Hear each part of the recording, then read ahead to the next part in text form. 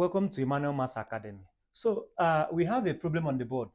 Given y equal to cos inverse of x, find dy dx. So previously we solved for the derivative of sine inverse of x. So we'll be solving for cos inverse of x. We'll be applying the same principle, right? First of all, we get rid of the words, the inverse here, which I say that, remember your law of indices, that a inverse 1 is equal to 1 over a, right?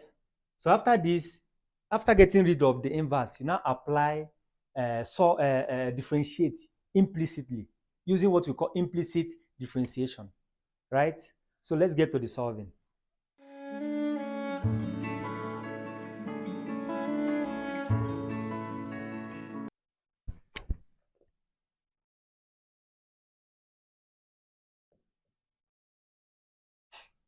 So we said that our y is equal to cos inverse of x.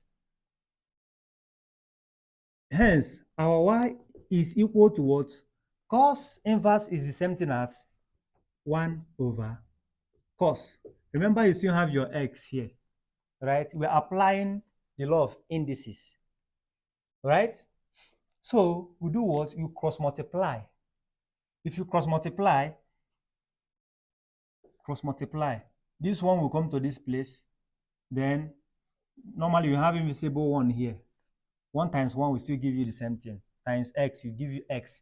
Hence we have cos y equal to x. So now what do? We now apply implicit differentiation. We differentiate implicitly. Now, if you differentiate cos y with respect to x, it will give you what? Minus sine y. You now put your dy dx, right? Equal to, if you differentiate x with respect to, differentiate this with respect to x, you have 1. Is that clear? You now divide both sides with the coefficient of dy dx. Because what you are finding is dy dx. So you divide both sides with the coefficient, which you have here, minus sine y minus sine y. This will cancel this. You have what?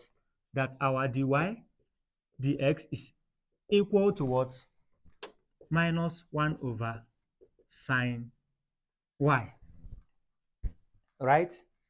So, well, remember in your trigonometric identity that sine square y plus cos square y is equal to 1. Right? So we need to make y the subject of the formula and substitute the value of what sine y is here. Is that clear? Okay, now take a look. Now, we need to make this sine square y the subject of the formula. So first step is you take the whole sine square y. All right, sine square y is equal to 1 minus, because when the sign of addition crosses the sign of equality, it changes to what? Minus. Minus what? Cos square y. But we are still having square. To get rid of this square, you now take square root of both sides. If you take square root of both sides, you have what? Square root. You now have sine y equal to square root of 1 minus cos square y. Right? You now substitute the value of this sine y here.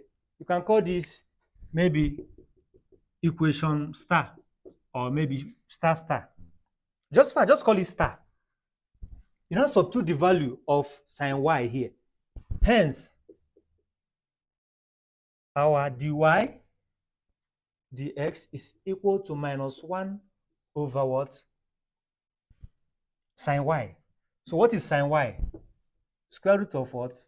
1 minus cos square y. But recall that Our cos y is what? X.